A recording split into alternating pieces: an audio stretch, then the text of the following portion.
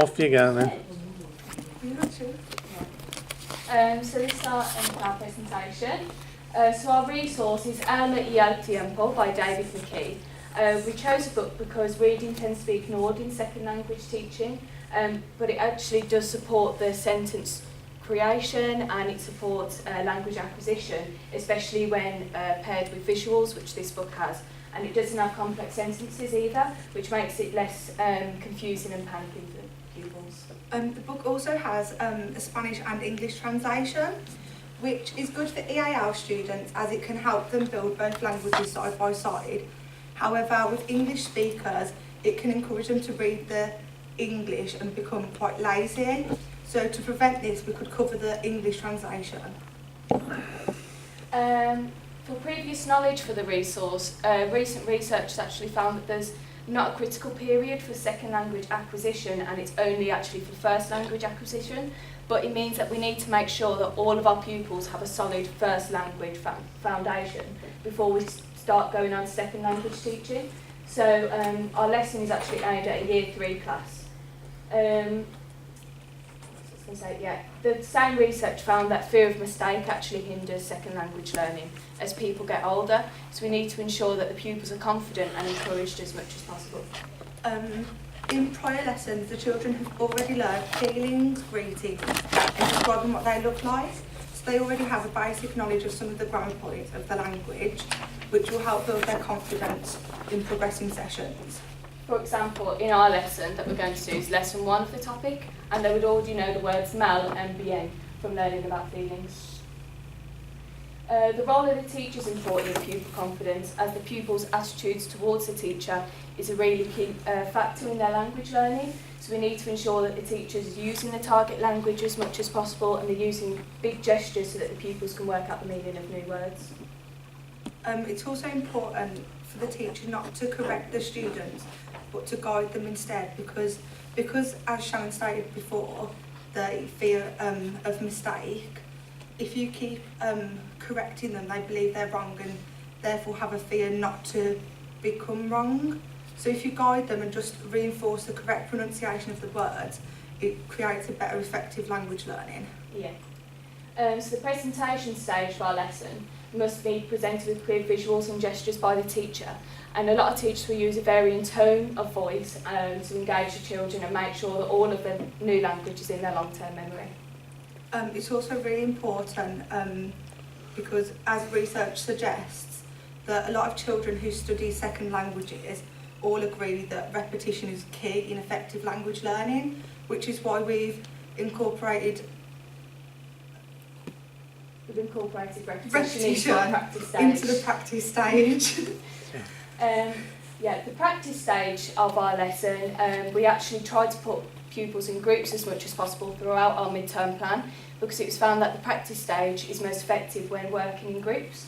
This is supported by Bruno, who said that pupils can scaffold each other's learning, so moving on through their own proximal development and a more knowledgeable other being able to help other pupils. So we haven't got any ability groups in our language learning lessons. It's also important to use a range of activities to keep the children engaged and to make the best language learning. Vygotsky also agreed with this, as he said the best language learning happens when it's in social situations, which is why we've got a lot of paired work and group work in our mid-term plan. Yeah. The performance stage of the lesson we haven't got in our micro-teach, but it allows the pupils to use all the information that they've learnt independently, and it allows the teacher to assess their ability so far. It's also been found that language learning is effective when given a context and a purpose, and the performance stage gives them this context and purpose, because it gives them something to work towards. Papert constructivist theory claimed that the quality of pupils' work increases when produced for others, which also relates back to what Shannon was saying, as in our performance the children would demonstrate the knowledge that they've learned in all of their sessions, and after will be applauded to boost their confidence for future situations. So now we're going to move on to our micro-teach. So, hola la clase, buenos días, ¿cómo estás? Bien. Bien, fantástico. Hoy vamos a hablar del tiempo en español. So that means we're going to be learning the weather in Spanish. So, señorita Simpson. Hace calor. Repite. Hace calor. Hace calor. Muy bien. Hace frío. Repetid. Hace frío. Hace fresco. Repetid. Hace fresco. Hace fresco. Repetid. Escuchad. Hace mal tiempo. Hace mal tiempo. Hace buen tiempo. Repetid. Hace buen tiempo. Hace calor. Hace calor. Hace frío. Hace fresco. Hace fresco. Repetid. Hace fresco. Hace fresco. Hace mal tiempo. Hace mal tiempo. Repetid. Hace mal tiempo. Hace mal tiempo. Hace buen tiempo. Hace buen tiempo. Repetid. Hace buen tiempo. Hace buen tiempo. Muy bien. Fantastical. So now we're going to move on to practice activities. So you've all got cards that look like this in your pairs. So don't shuffle them. Me and Senorita Simpson will show you. So you both have a card each. You don't show each other. And then you're going to put it down like this.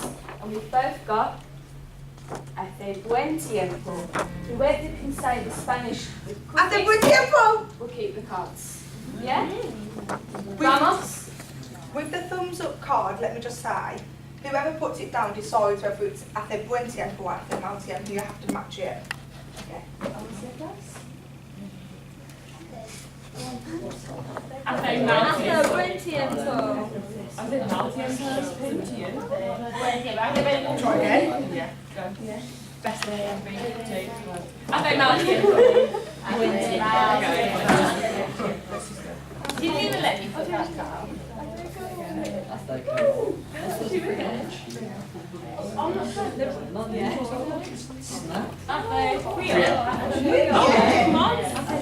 you win the card. How are you getting over here? I'll say it first. Buen tiempo. One, two. Muy bien.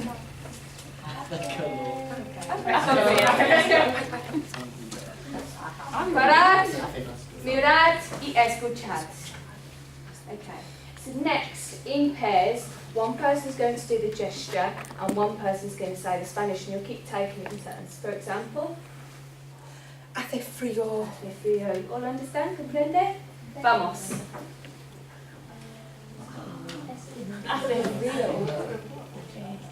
Hace calor. Hace mal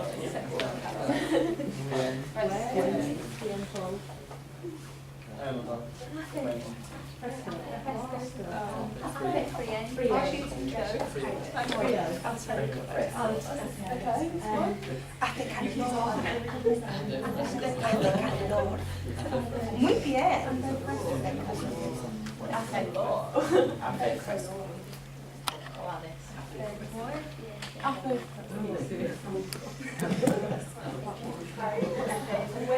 Muy bien. What's the one it's very hard? Hace calor. Hace calor. Hace calor.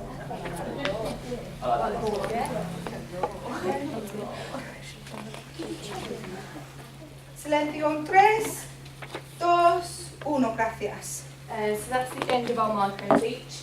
So now looking at progression from that lesson, we want to give the pupils the opportunity to experiment with new language and pair it with old language that they've learned, because not giving them the opportunity to do this will actually hinder their progression in language learning. So we've made sure that that's in the midterm plan. It's also important to teach language with all key elements of the language competencies.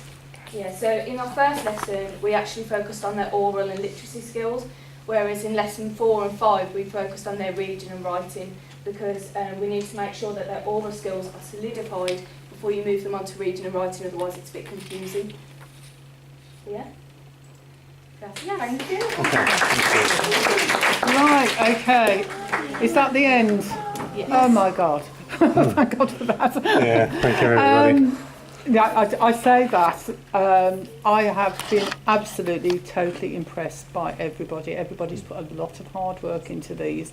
So well done. You need to give yourselves a really good pat on the back. Well done, yeah. In the pub on the way home for a quick glass of something to relax. Yeah, I Okay. do have a question. Okay. All right. Oh, Yeah. sorry.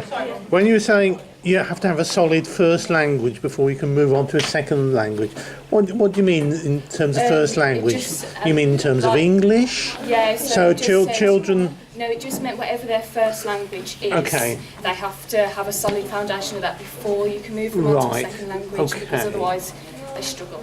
Okay. Yeah, so that's what that research found. We found for all languages that English, they spoke Arabic first, it was Right. anything. Any other questions? No, Okay. Yeah, thanks. Yeah. sorry. I don't. No, that's fine. That's fine. Now, yeah, thank you everyone. Thank you. Thank you very much, everybody. Off you go. See you.